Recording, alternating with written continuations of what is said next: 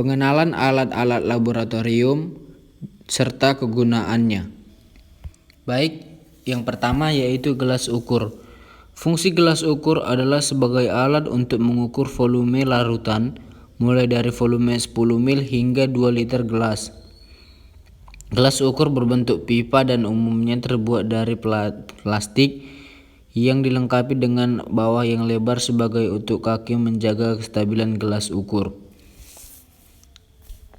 Dan yang kedua yaitu tabung reaksi. Fungsi tabung reaksi adalah untuk mencampur, menampung dan memanaskan bahan-bahan kimia cair atau padat, utamanya untuk kuantitatif sebagai berukuran kecil dan juga tabung masih memiliki ukuran besar. Alat tersebut dinamakan tabung didih, yaitu labu didih.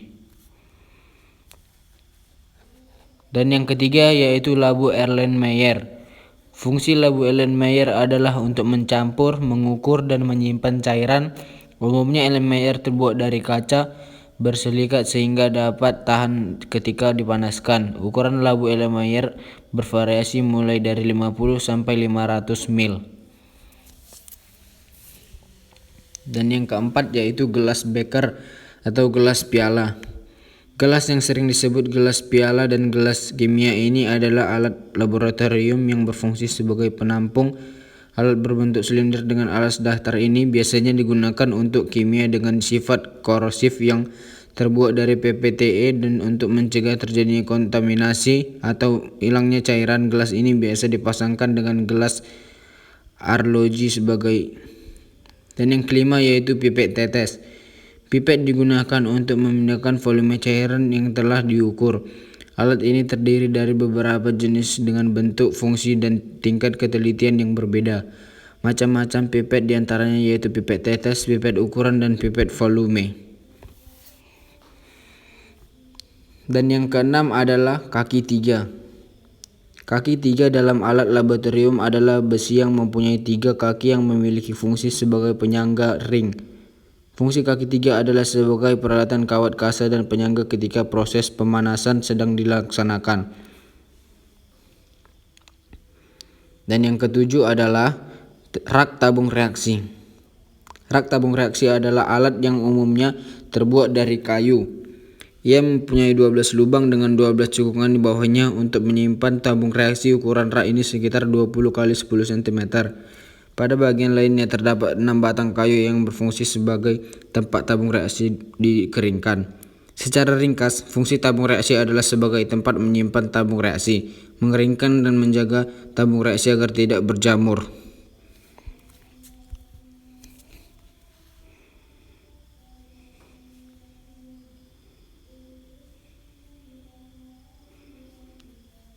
Dan yang ke-8 adalah plat tetes. Fungsi plat tetes adalah sebagai pengukur keasaman suatu laboratorium yang mereaksi larutan. Plat tetes terbuat dari bahan porselen dan umumnya tersedia dalam jumlah 16, 12, dan 16 lubang tetes. Dan yang ke-9 yaitu mortar dan alu. Mortar dan pastel atau dalam bahasa Indonesia dinamakan lesung atau dan alu. Fungsi alat laboratorium ini adalah untuk menghancurkan atau menghaluskan suatu bahan atau zat yang masih bersifat padat atau kristal.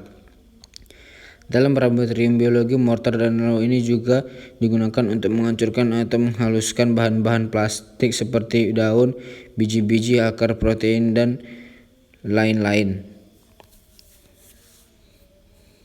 Yang ke-10 yaitu kawat kasa. Fungsi kawat kasa adalah untuk menanam beker atau labu ketika proses pemanasan menggunakan pemanas Bunsen atau pemanas spiritus.